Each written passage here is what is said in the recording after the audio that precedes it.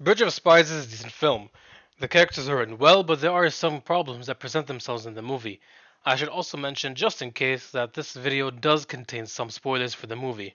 Just like my previous movie reviews, I'll begin by giving some context about the movie, then I'll move on to the positives before getting into the negatives. If you don't need the context, then feel free to skip using the timestamps I put in the video's description. This was one of the trickiest movie reviews I've had to write, because the movie is inspired by true events. On one hand, I didn't think it was appropriate to do my usual critique of plot holes and unexplainable actions or how characters are written out of character, because it's based on real people and real events. On the other hand, it's a movie, and the term inspired hints that there was some form of creative freedom was taken when the writers and directors were working on the movie. I decided the best way to review this is to treat it like any other movie, a work of fiction. This will be one of the shortest reviews I'll do because honestly, I don't have much to say about this movie. There's not that many issues in the movie, and at the same time, there's not that many positives. As I said earlier, the movie is just decent overall. The movie takes place during the Cold War. An insurance lawyer named Donovan was hired to defend Rudolph, a Soviet spy that was arrested. The judge said he only wants to give an idea that there is a defense for this person, but they'll sentence him to execution anyway, so it doesn't really matter. Donovan countered that and said that everybody deserves to have an equal treatment, even if Donovan himself had mixed feelings when he was put into this position to begin with.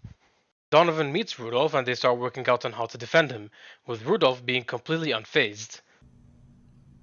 You don't seem alarmed. But would it help? After the first hearing, Donovan went to the judge's house and tried to convince him not to sentence Rudolph to execution. The judge was dismissive at first, but during the next court scene, he sentences Rudolph to imprisonment, not execution, showing that he was finally convinced that Donovan had a point by saying that they might need Rudolph in the future. The second half of the movie revolves around a pilot that crashed into Soviet territory and a transfer student in Germany who was captured because they thought he was a spy. Donovan was hired to go to Berlin to do a secret meeting to exchange the spy for the pilot. Donovan pushed to exchange the spy for both the pilot and the college student instead. After having a conversation with the Soviets and the representatives in Berlin, he got told off by the other agents that accompanied him in his travels for trying to go for both. Donovan asked them to trust him. They ended up getting what they wanted, which was getting back the student and the pilot at the same time, with the exchange happening on the bridge. The movie is entertaining overall. The actors do a pretty good job. The sets and the costumes look very good and well crafted. I like the visuals. I like the visual differences between Brooklyn and the German cities. I like Donovan in this movie. He feels very human, especially when he risked the operation, when he decided to make a deal for both the student and the pilot, and the way he didn't want to leave a person behind because of his ideals. Some protagonists are very stale, but this one feels like an actual character. He also does bring up good points in his arguments, like the scene where he manages to convince the judge not to sentence Rudolph to execution because they might need him in the future. His experience as an insurance lawyer and his intelligence was shown through this scene and throughout the movie.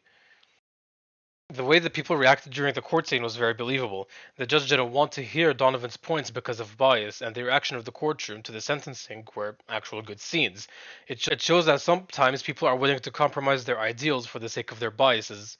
Family as well felt like actual characters instead of being background noise that didn't have any characteristics.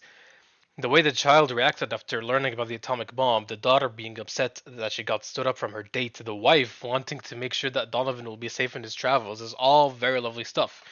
Not included a lot in the movie, but they're included enough to make you care and understand that Donovan is saying the truth when he says he wants to go home to his family. Despite despite my praise for the court scene, I really don't like how this plot was too short, despite the movie being almost 2 hours and a half. The movie dedicates about 50 minutes of its runtime to this plot before the second plot of the movie starts. Donovan spent about 15 to 20 minutes of that time actually being Rudolph's lawyer, being involved in the courtroom and discussing the case. That's less than half of that 15-minute runtime. This wouldn't have been an issue for me if the movie was just shorter overall. I think a bit more time could have been dedicated to the case and the legal segment of the movie before heading into the spy thriller section of the movie. I didn't really care much about the pilot. I don't know why. Somehow they managed to give me a reason to care about the student and less screen time.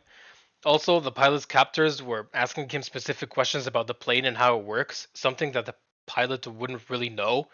The pilots in the movie were shown that all they care about is that the plane works the way it's intended. They're not really invested in all the technicalities, like how the camera works or how the plane flies that high beyond that it's just a lighter weight. The ones who do know about the specifics are obviously the scientists and engineers that worked on these planes. Surely his captors would know this as well. I've praised Donovan in this movie, but he's not without issues. He feels unchallenged in the second part of the movie, not facing any real complications whatsoever.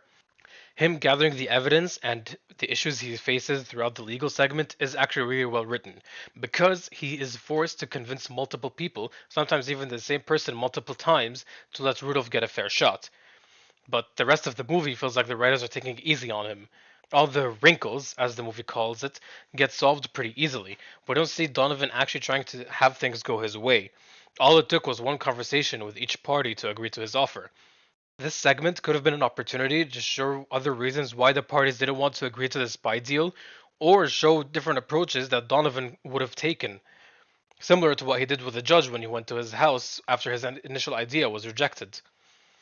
The side characters that were introduced were forgotten halfway through the movie. Only one that was present the entire time in any way was Donovan's wife, Mary. The rest of the characters didn't even check in on his progress during the legal segments or the mission segments, but that's more of a nitpick from me. In summary, the negotiation scenes were good, the acting was good, the set designs and the atmosphere were great.